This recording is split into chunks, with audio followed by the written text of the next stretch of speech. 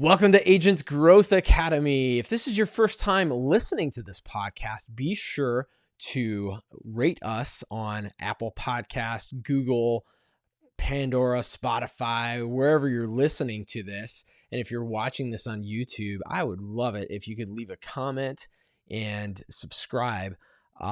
It helps the channel grow and it helps us get our message out further to help more agents like you grow big or go home. Class is now in session. So I want to talk to you today about something that happened literally this morning that kind of was a wake-up call for us, and that is remote work and PTO. How does this work when you have things that are out of your control that happen? So what happened to us this morning was that Go to My PC was down, as far as we can tell, for most of their customers. So this was not just us or our agency. This was apparently a worldwide thing.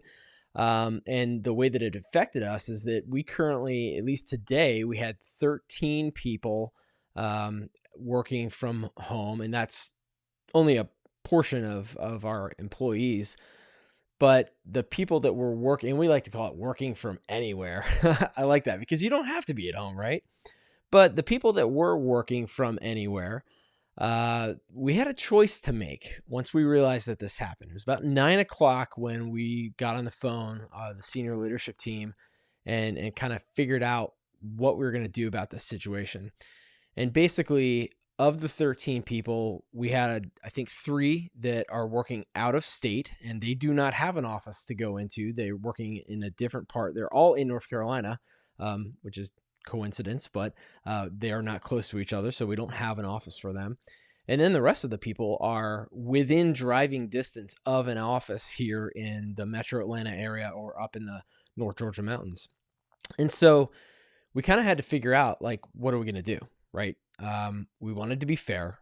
You know, we knew that it wasn't going to be easy for us to be completely fair to everybody, but we wanted to kind of set the stage. Now, for the people that were working in the North Carolina location from their homes, most of them had already been told. We had one very new person who might not have been privy to this yet, but the others knew that, you know, when there's things like this that are out of our control, part of you having the luxury of being able to work from anywhere, working from your home, full time without even having an office in, to go into easily.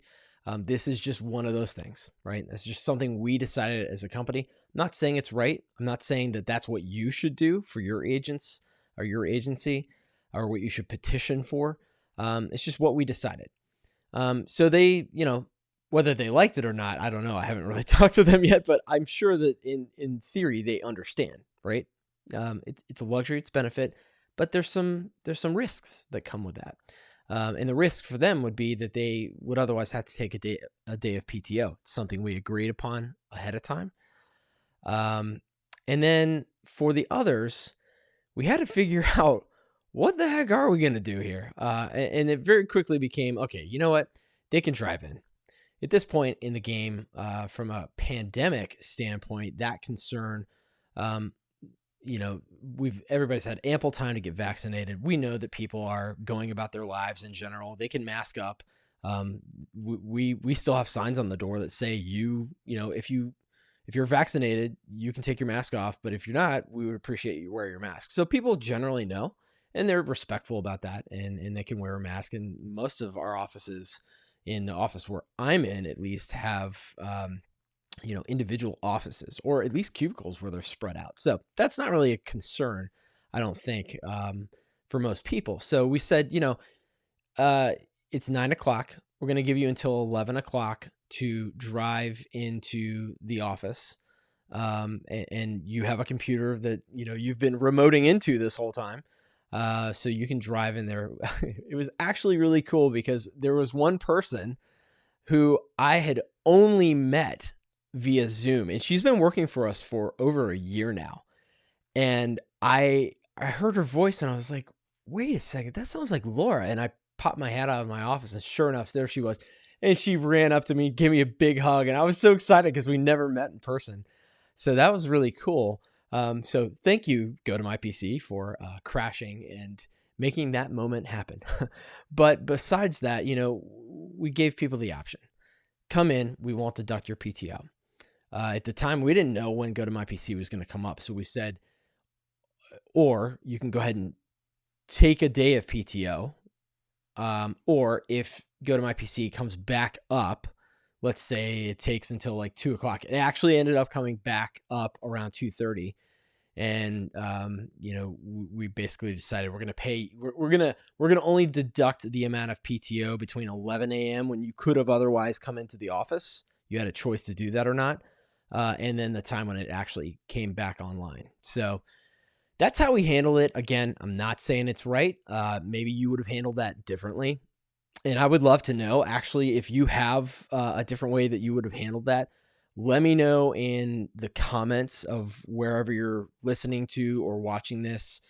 Or if you're listening to it on a podcast and you have the ability, make a note to connect with me on LinkedIn and, let me know there. I put out a couple of LinkedIn posts today just because this happened. And I wanted to ping other people. And I have to say, again, one thing I love about this industry, like I tagged a couple of people in the post and they immediately, I started getting responses. One person emailed me a very long, detailed email. He's a recruiter that we work with, and said, and this is what I really want to get to the point of, is unlimited PTO, because I put the question out there. We had a situation like this. And honestly, and for my employees that are listening to this, I'll tell you, like, it is not fun for me, for the senior leadership team, to have to sit here and decide, like, are we going to deduct PTO or not for this? I mean, we have to be fair and equitable as much as we possibly can. But quite candidly, y'all, we can say that, we're in the South, it gets kind of tiring to try to figure all this out. And I'm not criticizing my employees by any means. I'm just saying, like, for any agency owners, it's tiring trying to figure out, like, how to be the most fair and equitable that we can be. Mark Abbott, if you're out there listening to this, watching this, I thank you for saying over and over and over the phrase humane and resilient, because I thought about that today. Like, how can we be the most humane and resilient with our own people? And so, and I talked about him before on the show. Our COO, our fearless COO, John, came in and talked to me about this. And we just started talking about, we've heard other companies that have moved to an unlimited PTO policy. And it was kind of in the moment enticing. And I, again, for my employees that are listening, I'm not saying that this is going to happen, but it's interesting, right? And I think for agency owners and agents themselves, who, whether you have to use PTO or not, maybe your staff does, and that affects you or them in some way. Because here's the thing about PTO, right? In some sense, it's like a ball and chain. In some sense, especially from a remote working standpoint, people who would otherwise not want to take PTO, and they're sick. And we've had employees do this recently, and from one stance, like, I'm so honored that they have the integrity and the push and the drive to work through being sick. But at the same time, sometimes people are like on medication that they shouldn't be working through while they're on it, right? So there's concerns about that. But when you think about unlimited PTO, and I do know a couple of people who work for companies that have implemented this, there's a couple of things that I know to be true. Number one, it does seem to, again, I don't work for these companies, but it seems to engender, it's a great word for you, it does seem to engender a greater sense of respect and trust among employees and leadership, because you are saying to them, hey, I trust you enough to have the integrity to exhibit the the core values of our agency, or to exhibit the qualities that led us to hire you in the first place, to have that integrity and work through it, whatever it is. So if you say, hey, I've got unlimited PTO, I'm going to go watch my, fourth grade daughter's play. Okay, sure. That's fine. You know what?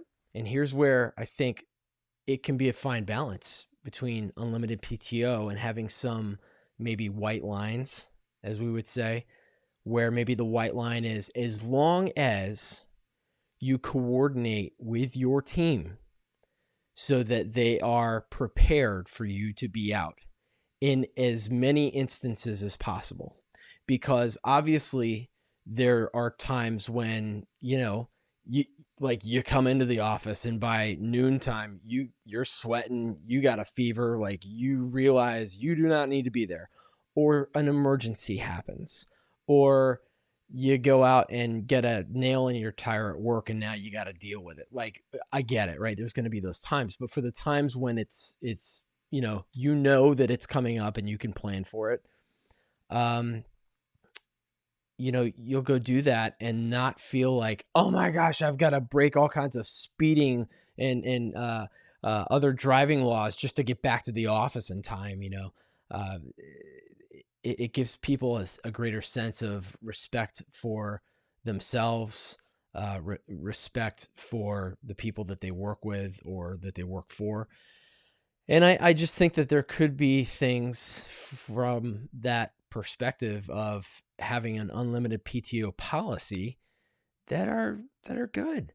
If you put one in place, does it make the staff members sort of police each other, right? Because for us, and again, talking about white lines that might help a newfound policy like this, and it would be a monumental change for us, I know, and I'm sure for a lot of you, if you're listening and have traditional PTO, is that when you make that kind of change, I've heard that people tend to police each other and basically hold each other accountable. For us, we have quarterly conversations with every single one of our staff members. You've heard me say it before. It's just something we do. We're proud of it. We love it in our agency. I even get reviewed, right? So if we're noticing that somebody is, sort of abusing it, and not pulling their own weight on the team, because at that point, if you're not, asking for a doctor's note every time they say they have an appointment scheduled, and now you're giving them the leeway and being humane with them and trusting them enough to say, you know what, you're an adult, and I think you can decide for yourself how hard you want to work, how much you want to put into this. And if you're passionate enough, you'll do it. You'll do it, and you won't have to be policed, right? But the quarterly conversation could be kind of like bumpers on a bowling alley, where maybe if somebody's veering off course on that and the team is saying, you know what, Sally's not really pulling her weight, and we all want to vocalize that so that when she has her quarterly conversation, you can let her know, and maybe she'll kind of, rein it back in. Or maybe it happens even before then, right? I don't know. I'm kind of talking out loud. I know I didn't have anything planned for this. I just literally, like I said, happened this morning. So I'm just thinking out loud, and I don't know. There could be something to it. Would it entail a lot of discussion and a lot of, I guess, research before we or you decide that you're going to implement something like this? Absolutely. Absolutely. But it's just food for thought. Just food for thought, gang. That's all. I just wanted to get on the mic today and kind of ramble on about that, and love to hear your thoughts about that. And maybe, I've got some people coming up on the podcast soon that are scheduled that are in the human resources and recruiting fields. Actually just got off the phone with a friend of mine, TJ. Thank you, sir, for giving me a call. Who I think, he had some really great points that he made. And basically at the end of the call, he's like, man, I can't wait to hear what you find out. So I'll let you know. And maybe we'll ask some folks who are coming on the podcast soon. So that's it, gang. Grow big or go home. Take care.